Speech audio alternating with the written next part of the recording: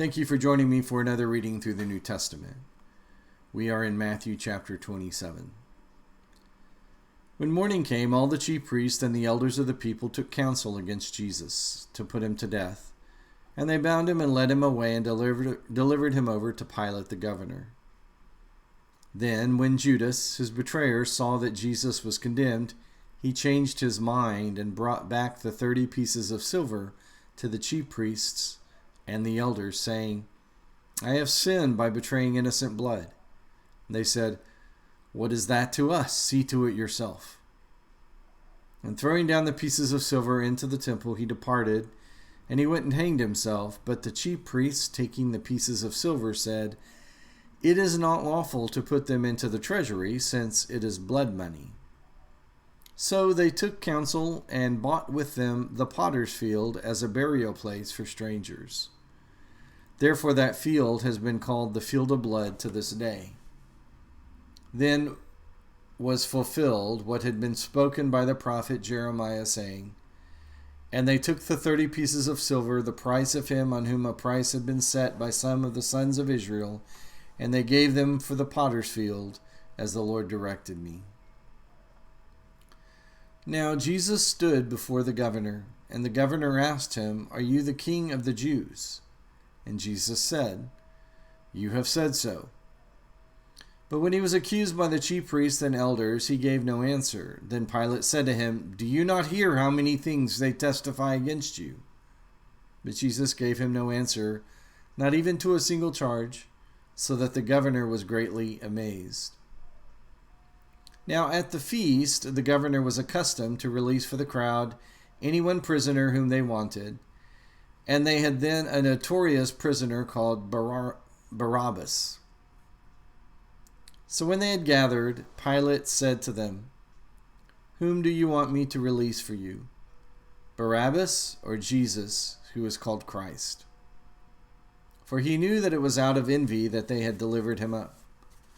Besides, while he was sitting on the judgment seat, his wife sent word to him, "Have nothing to do with that righteous man, for I have suffered much because of him today in a dream." Now the chief priests and the elders persuaded the crowd to ask for Barabbas and destroy Jesus. The governor again said to them, "Which of the two do you want me to release for you?" And they said, "Barabbas." Pilate said to them, "Then what shall I do with Jesus, who is called Christ?" And they all said, "Let him be crucified." And he said, "Why? What evil has he done?" But they shouted all the more, "Let him be crucified." So when Pilate saw that he was gaining nothing, but rather that a riot was beginning, he took water, washed his hands before the crowd, saying, "I am innocent of this man's blood. See to it yourselves." And all the people answered, "His blood be on us and all our children." And he released for them Barabbas, and having scourged Jesus, delivered him to be crucified. Then the soldiers of the governor took Jesus into the governor's headquarters, and they gathered the whole battalion before him. They stripped him and put a scarlet robe on him, and twisting together a crown of thorns, they put it on his head and put a reed in his right hand. And kneeling before him, they mocked him, saying, "Hail, King of the Jews!" And they spit on him and took the reed and struck him on the head. And when they had mocked him, they stripped him of the robe and put his own clothes on him and led him away to crucify him. As they went out, they found a man of Cyrene, Simon by name. They compelled this man to carry his cross. And when they came to a place called Golgotha, which means place of a skull, they offered him wine to drink, mixed with gall. But when he tasted it, he would not drink it. And when they had crucified him, they divided his garments among them by casting lots. Then they sat down and kept watch over him there. And over his head they put the charge against him, which read, "This is Jesus, the King of the Jews." Then 2 robbers were crucified with him, one on the right, one on the left. And those who passed by derided him, wagging their heads and saying, "You who would destroy the temple and rebuild it in 3 days, save yourself. If you are the Son of God, come down from the cross." So also the chief priests, with the scribes and elders, mocked him, saying, "He saved others, he cannot save himself. He is the King of Israel. Let him come down now from the cross, and we will believe in him. He trusts in God. Let God deliver him now, if he desires him. For he said, I am the Son of God. And the robbers who were crucified with him also reviled him the same way.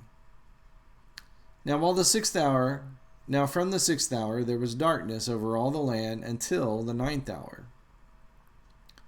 And about the 9th hour Jesus cried out with a loud voice, saying, Eli, Eli, lama sabachthani, that is, my God, why have you forsaken me?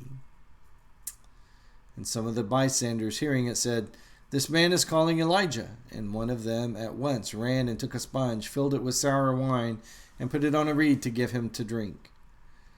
But the other said, Wait, let us see whether Elijah will come to save him. And Jesus cried out again with a loud voice and yielded up his spirit. And behold, the curtain of the temple was torn in two from top to bottom, and the earth shook, and the rocks were split. The tombs also were opened, and many bodies of the saints who had fallen asleep were raised. And coming out of the tombs after his resurrection, they went into the holy city and appeared to many. When the centurion and those who were with him, keeping watch over Jesus, saw the earthquake and what took place, they were filled with awe and said, Truly this was the Son of God. There were also many women there looking on from a distance who had followed Jesus from Galilee, ministering to him, among whom were Mary Magdalene and Mary the mother of James and Joseph and the mother of the sons of Zebedee. And when it was evening, there came a rich man from Arimathea named Joseph, who was also a disciple of Jesus. He went to Pilate and asked for the body of Jesus. Then Pilate ordered it to be given to him, and Joseph took the body and wrapped it in a clean linen shroud and laid it in his own new tomb, which he had cut in the rock. And he rolled a great stone to the entrance of the tomb and went away. Mary Magdalene and the other Mary were there, sitting opposite the tomb. The next day, that is, after the day of preparation, the chief priests and the Pharisees gathered before Pilate and said, Sir, we remember how that impostor said while he was still alive, After 3 days I will rise. Therefore, order the tomb to be made secure until the 3rd day, lest his disciples go and steal him away and tell the people, He has risen from the dead, and the last fraud will be worse than the first. So Pilate said to them, You have a guard of soldiers. Go make it as secure as you can. And so they went and made the tomb secure by sealing the stone and setting a guard. Jesus has died. The crucifixion in all of its entirety is hard to fathom to the modern mind. But the story of Matthew 27 isn't over. On the next day, on the first day, he will rise from the dead. He'll spend 3 days and 3 nights, as the prophecy would say, including a part of Friday, Saturday, and a part of Sunday. But the story of the gospel isn't just about the cross. The story of the gospel is how God will overcome through his Son for all humanity the enemy of death and set us free because he loved us. May that make your weekday a strong day as we wait for the rest of the good news to join me again on Monday. Thank you.